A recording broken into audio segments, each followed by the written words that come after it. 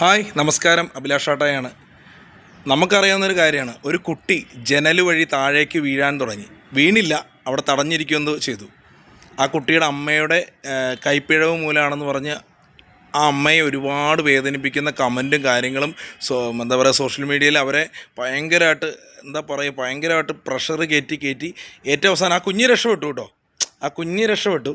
എന്നിട്ടും അമ്മയെ അങ്ങനെ പറഞ്ഞ് ഏറ്റവും അവസാനം അമ്മയ്ക്ക് സഹിക്കാണ്ടായപ്പോൾ എന്ത് ചെയ്തു? അമ്മ ആത്മഹത്യ ചെയ്ത് കഴിഞ്ഞപ്പോഴോ ഈ പറഞ്ഞ എല്ലാവരും കമൻറ്റിട്ട കമൻറ്റോളികൾ കുറേ മാപ്പും പറഞ്ഞുകൊണ്ട് വന്നു. വല്ല കാര്യമുണ്ടോ? അതുപോലെ രേണുസുതി കരഞ്ഞപ്പോൾ നിങ്ങൾ കോമാളിത്തരാണ് അല്ലെങ്കിൽ കോമഡിയാണ് എന്ന രീതിയിൽ എടുത്തു. അവർക്ക് എന്തെങ്കിലുമൊക്കെ പറ്റിപ്പോയി കഴിഞ്ഞിട്ട് കുറേ സോറി പറഞ്ഞിട്ടൊന്നും കാര്യമില്ല. മനുഷ്യരാണ്, ഒരാവേശത്തിൽ എന്തും സംഭവിക്കാം. നമ്മൾ കുറേ പ്രാന്ത് പിടിപ്പിക്കുന്ന രീതിയിൽ വരുമ്പോൾ മനുഷ്യനാണ്. എന്തെങ്കിലുമൊക്കെ സംഭവിച്ചു കഴിഞ്ഞിട്ട് പിന്നെ സോറി പറഞ്ഞിട്ട് കാര്യമുണ്ടോ?